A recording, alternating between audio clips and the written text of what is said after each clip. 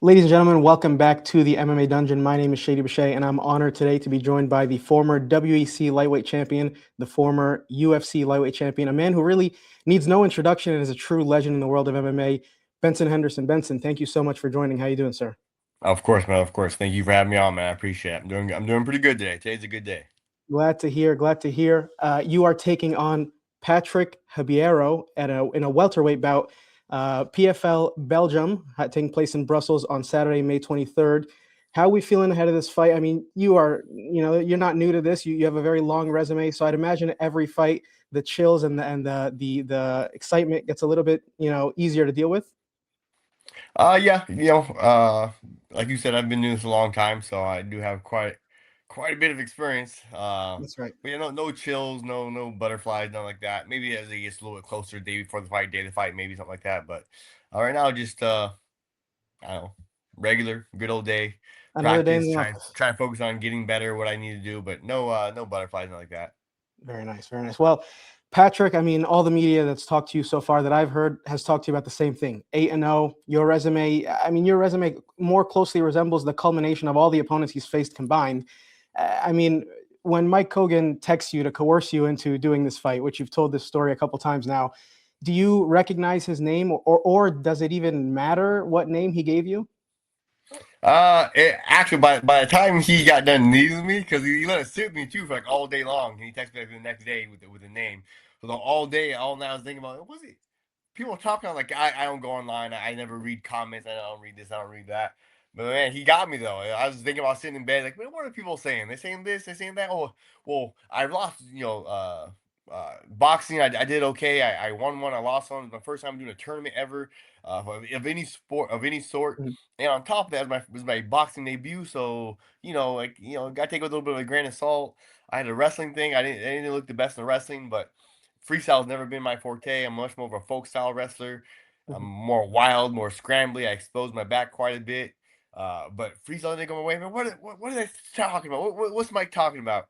And then the next day he texts me. So yeah, probably no matter who they would have texted me, I would have said, yeah, sure, let's go, let's do it. But he got me fired up. So when he texted me, I said, yes, right. I didn't read the name. I said, yeah, let's go. Okay, so since that moment, I mean, it's an exciting matchup for me as a viewer, and I'm sure for most of the fan base. But since that conversation and since the sign off, what have your initial thoughts, of him as an opponent been? I know you guys had at least a face off, right? At least one in Yep. person face off. Are you like looking up tape study? Like, what are your thoughts as a competitor about him, or are you kind of just going into this as like I've done this before? It doesn't really matter who it is.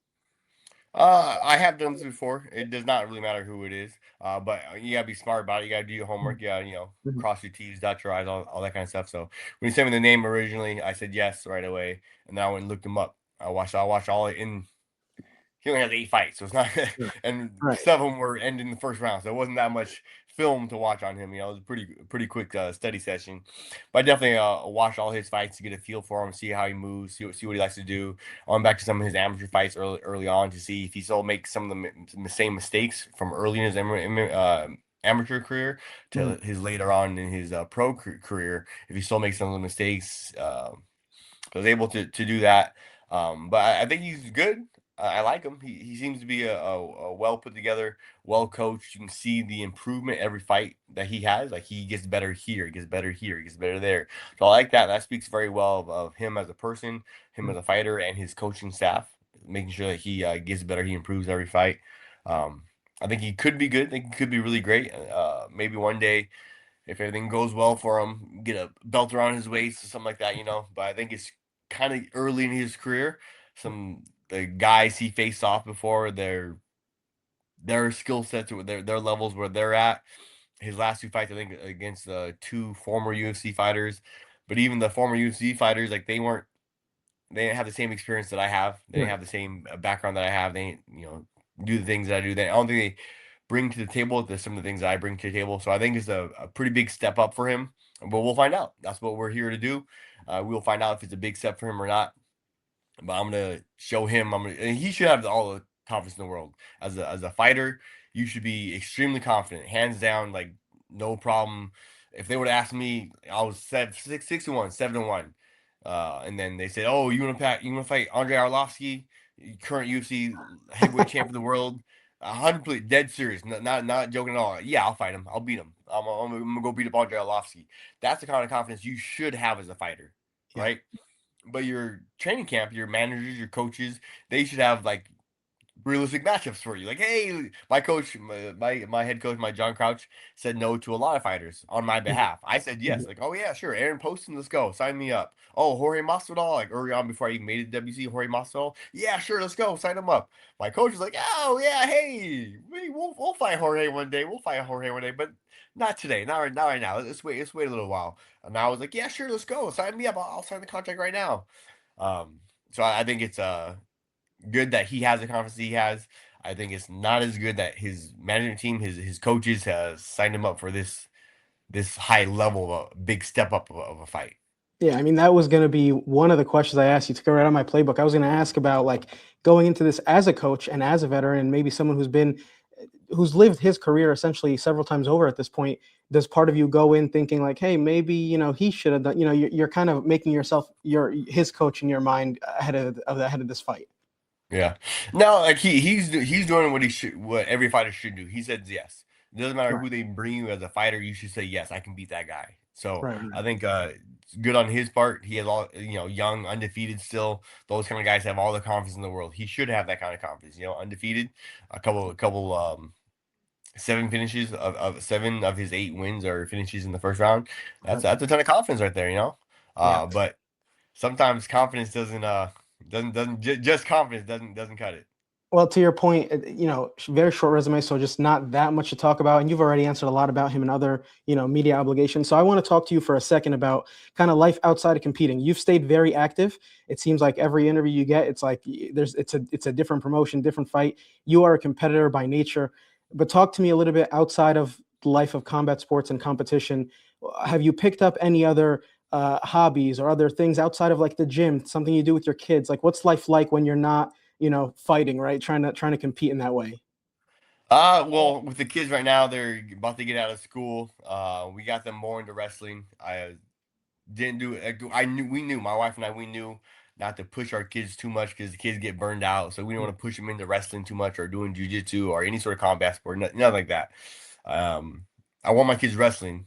I understand what I'm fighting though. Like if they choose to fight later on, I'll support them in whatever they do, where they choose. But I'd rather they do interpretive dance than be a fighter. Right. But I do want them wrestling though. So we didn't want to push our kids too much, but we got them a little more into wrestling. They joined a really good. They wrestled at my gym, the MMA Lab, and they wrestled at another gym called the Earn Wrestling Academy, owned and opened up by Mike Hamill. So it's really good for them to get in there and start wrestling a little bit more and having fun, and like watching them go have fun on the wrestling mat. Oh man, it's something that makes my heart smile. And so I'm happy that they all enjoy it. They're all having a good time doing it. It's not like us pushing them every day to go to wrestle and stuff. So I'm happy that they're doing that on their own and they're having a good time. And then other than that, my wife and I were opening up a coffee cart. We're Wow. opening up inside my gym, but it's something for my wife to do, have fun. So she's all excited about that. So it makes me all excited. She's happy, I'm happy. It's all good. What does it have a name, the car? Oh yeah, the coffee cart is embrace the grind. Embrace it. Oh wow, witty, awesome. I Yeah. love it. I mean, you and your wife do is it women's self-defense classes? I think I saw that on her Instagram as well, right? Yep, we offer a free women's self defense course every first Sunday of the month. We missed this first Sunday because it was Mother's Day. Not a whole lot of mamas want to go in when it's their day to relax. But yeah, free women's self defense class first Sunday of every month. It was every weekend. We did that for the first like maybe 2 months or so, and then we Mhm. had our numbers slowly trickle down. So we cut it back to just the first Sunday of every month. Now, what was the motivation to start that? Is it just something you two were passionate about and you felt a need in your area? Yeah, for me, real world self defense is one of the most prominent things there is for martial arts. Martial arts is about self defense. Real world applicable self defense is super important. My wife, started doing jujitsu early on, but I still made her take the self defense course. She's like, "Oh, I don't want to do that. I'm a blue belt. I don't need. I Right, do right. all the moves. I know blah blah blah." Like, babe, just take the course. It's fine. We'll do it together. It'll be fun. Like, I made my mom take the course. Uh, I made every female in my life. I want them to know how to defend themselves. Worst comes to worst, you know. I don't know if you know all the stuff in the news nowadays and whatnot. Freaking the kind of world we live in is crazy though. I And have an idea. that Yeah. the algorithm on my social media goes down the worst terrible rabbit hole you can imagine of women being assaulted and this and that. So I'm like, Yeah. my anxiety's all up. The My heart algorithm will every time get I you every scroll my time. phone. Like we The got to algorithm teach will get more self defense. So yeah, my wife and I are very big, very important to us. Something that I offer for free to all the residents of all the women of Phoenix is for free. Come learn, come get in shape, have fun, but just come learn. A lot of it is more about awareness too, like just being you. aware of your surroundings, putting your phone down, eyes up, all that kind of stuff. You know, so it's something that's very important to myself, very important to my wife, and we thought it was be very crucial for if we have 1,000 women come through the room and we are able to help one woman, that makes it totally worth it. That makes all of our Sundays, everything, all the hours, all the time we spend volunteering to this, that makes it all worth it. Yeah. I mean, I love it. You're very family oriented. It's shown throughout your career. I mean, you've always shown a tremendous amount of devotion, and you mentioned her for a second there to your mom. And I remember I was speaking to somebody recently about your upcoming fight, and they told me that I think you told the story before that you were working at your mom's store while actively, competing as a UFC champion or something Yeah. around that time. What was that dynamic like? I mean, what kept you so closely knit to your family, and are you still picking up shifts or something? Like, what's the store up to now? Yeah. Well, my mom actually sold the store, Peter's Grocery in Tacoma, Washington. She Okay. just sold it about like 4 or 5 months ago. And now she's going back to school. Right. She grew up in like the very rural area of South Korea. So she was not able to go to school after the first grade. So even Mm, though she only went to school up to the first grade, she still had an amazing life. Still ran a couple of really successful, good businesses for herself. So she did really well. She did great for herself. But something that's been in the back of her head is that she doesn't actually have any sort of degree in like high school diploma, and she doesn't have anything. wow. So she enrolled herself to go back to school, and I love that. I love That's that amazing. at 65 years old, at least like 64 now, 65 years old, she's go- chasing a dream of hers, wanting to go back to school, wanting to learn, wanting to still get better, like self improvement, the core of martial arts, being able to defend yourself, respect for yourself, respect for others, always looking to improve yourself, self improvement, being a better person. I think my mom has been a big example of that, and even Yeah. now at 65 years old, going back to school, I'm like, oh man, that's freaking awesome, man. I love that. That's so great. So, yeah, my mom, she's awesome. Of course, I'm a little biased, but I think she's awesome. She's great, and she's continues to inspire me even to this day. So that's where you get your competitive nature from. I mean, I knew she competed. I think I've seen photos of you and her, and she was wearing a gi, and she had competed. Yeah. But I mean, to this day, still taking on these new challenges is amazing. Thank you, man. Yeah, yeah. She did compete. She got into jiu-jitsu. She did a couple tournaments. I think she got to like a four-stripe white belt, and then she kind of stopped a little bit. It was just a little bit hard on her body and stuff, you know. But she been a couple years younger, man. She been feisty and getting after it still. That's amazing. That's amazing. Well, let's talk a little bit just more about this fight and kind of what's next, right? You've told at least one other outlet that I heard that you're not really calling out too many names, right? You don't have like a defined path. You kind of going with the flow. You love competing, so if there's competition, offered, you're likely going to take it, right? As long as it makes sense and it fits in your schedule.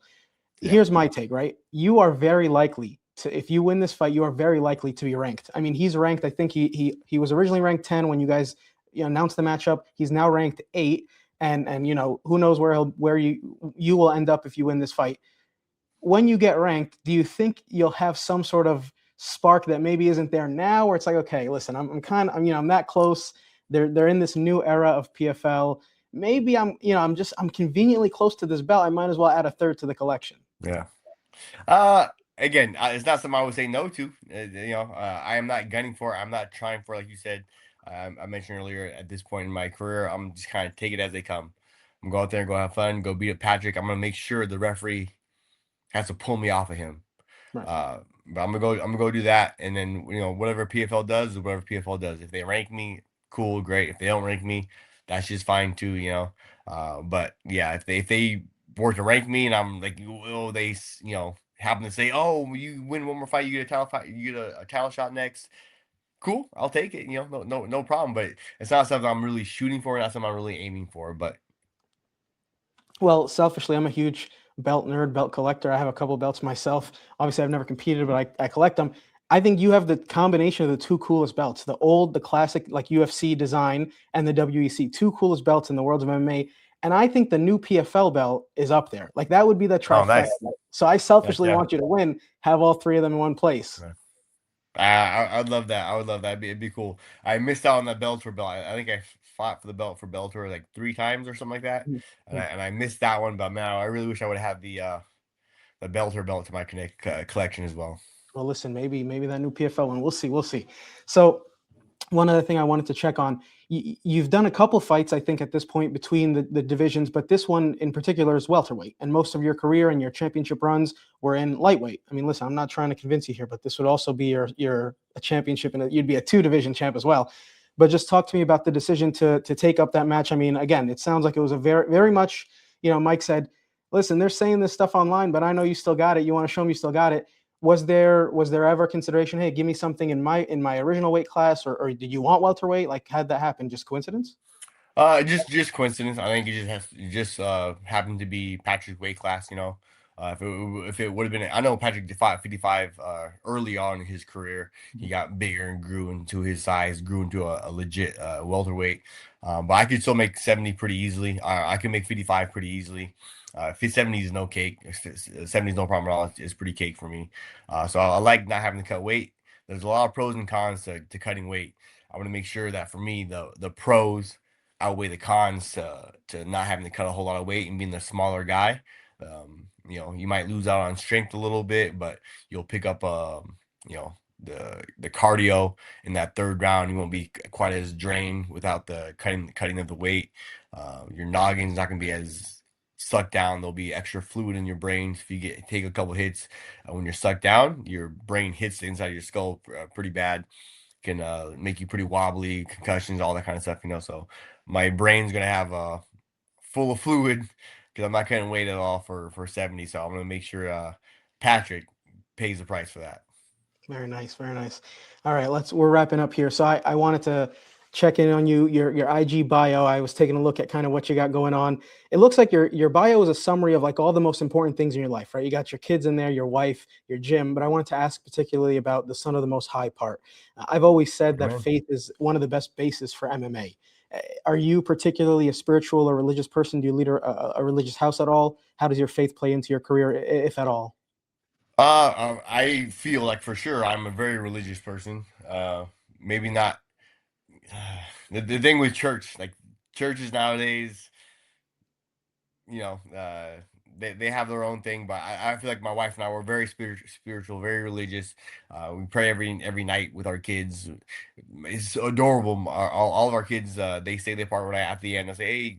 Do you guys want to say anything? Do you want to offer a prayer at all? And it's so cute, so adorable. Some of the stuff that they say, but yeah, we're very spiritual, very religious, and I think the thing with me in my faith, my walk with Christ has always been about like I don't know, doing the right thing, saying the right thing, not just talking, not just saying this, but actually doing the right thing. So I think it's a lot of Christians will say the right things, but then they don't really walk that path.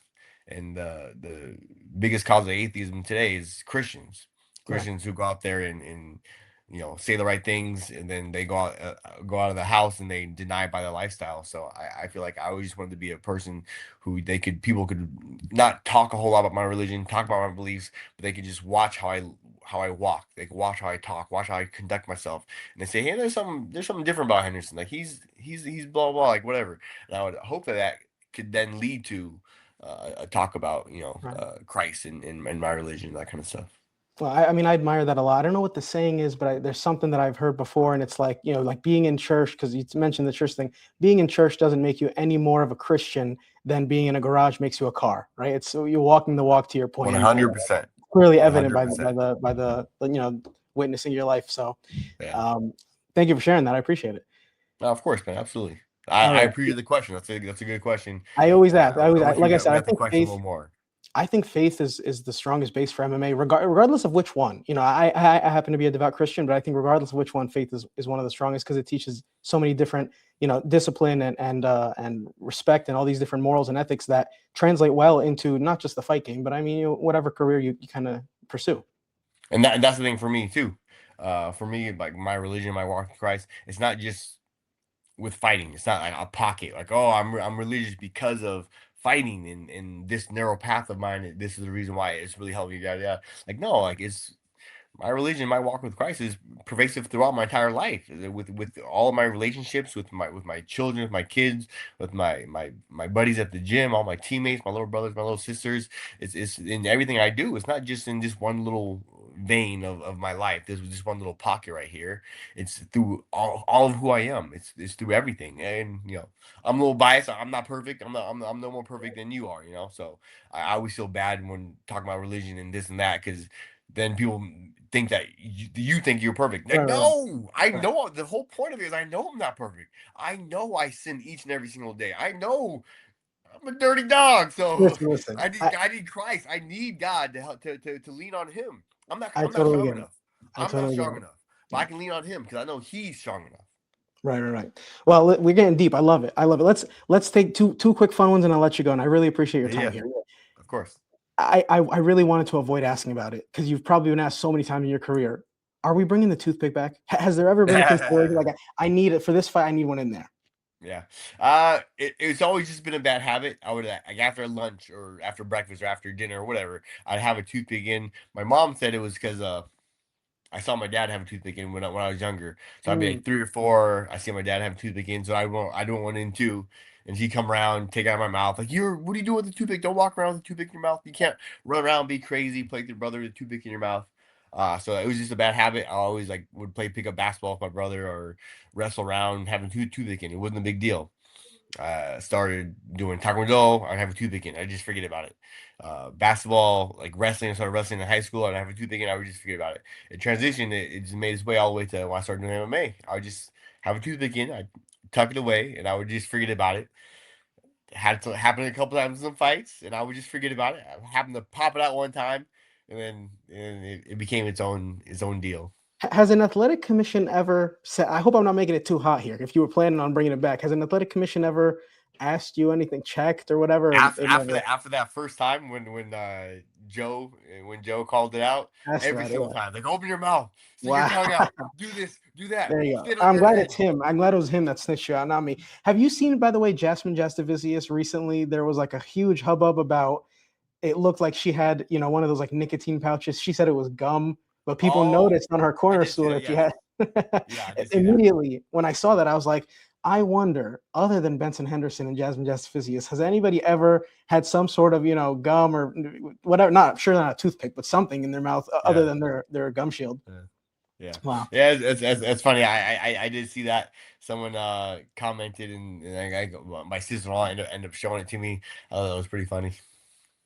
Well, last one I'm going to leave you with because you have fought under the Bellator banner, and it's just a fun one that, with all the commotion about the rebrand, you know, John Martin mentioned briefly on Ariel Hawani's show one time that they're considering a rebrand, and now it's like one of the biggest topics, and I'm having a lot of fun asking fighters about it. Do you feel any sort of way about PFL potentially rebranding back to Bellator, or do you care about? Do you care what the name is at all, or how do you feel? You have a suggestion for them? I I don't have a suggestion above my pay grade. But Right. you know, Bellator is a cool name. I always like Bellator. The whole 3 letter what was that acronym? The whole 3 letter acronym, you know, Mhm. because the UFC pretty popular and people like doing that, you know. But I like having a strong name you can stand behind, you know. So Bellator, I really I liked it. I dug it a lot, you know. I still wish I would have got those title shots or got the belt around my waist those Right, three right, right. times, but it is what it is. So but I do like Bellator. Very nice. Well, that's everything I had. I wanna let you give us one name from your gym instead of just asking you to give a shout out or something. Give us a name of somebody from your gym that if somebody, you know, the people listening, if they're not familiar, that they should go and check out and follow their career. I'd love to give you that opportunity to shine the Oh spotlight heck on. yeah. I got so many great, amazing. I call them little brothers, little sisters. I got so many great teammates. I love these guys. Like I see how hard they work. I hold myself to a super high standard. I'm biased, you know, maybe the highest standard on the planet. I hold Mhm. my little brothers, my little sisters to that same high standard. They have to put in their work. It's not just the work inside the practice room, that hour and a half, but it's the work they're doing outside the gym as well. And I know a lot of them are doing that work, you know. I have a little brother, Alexis Martinez. Alexis, Mhm. he is a monster. He's gonna be a monster once he gets his career going a little bit more and he's able to find fights. The hard problem with a lot of my teammates is they can't find fights to save their lives. Like Right. I offered, I don't know, 6 7 times. I offered to pay money myself to their opponent. I'll pay him to fight my guy. I'll pay him out of You my own cover the pocket. first. Yeah, it doesn't work because they know that my guys are some monsters. Right, right, But right. Markel Marderos, he's in the UFC already. He's already doing his thing. He had a really tough fight with Taco, ended up being a draw. Jacoby's an absolute monster. Once he gets his career going more and they're able to take more fights, I got so many guys that are, I don't know. I got a little guy, Riley Helt from Utah, moved down to Arizona, train the fight team. I'm super high on him. Super high on him. He does a lot of the little things the right way that you're supposed to. Always looking to improve and get better. Always ask me questions. Hey, what happened to do here? Oh, what should I do here? How do I go about doing this? When you get someone with that type of mentality and that type of like wanting, you can see the drive to get better, you can see how much they want to improve. Man, I'm really high on those type of guys, but I got 10 guys. Chung, Yeah. Sear, list would go on, so I could keep going, so I'll stop it. But man, I got a lot of guys who are gonna be some household names pretty soon. Give them another 2 years. I have like 7 8 9 10 guys who are gonna be some household names for you. That's awesome. Well, there's amazing things that happen in your career. There's amazing things happening at the MMA Lab, and hopefully soon something amazing will happen. Benson Henderson takes on Patrick Habirora at PFL Belgium, Saturday, May 23rd on the ESPN app. Benson, once again, I want to thank you so much for your time. No problem, man. Thank you very much. I appreciate it as well.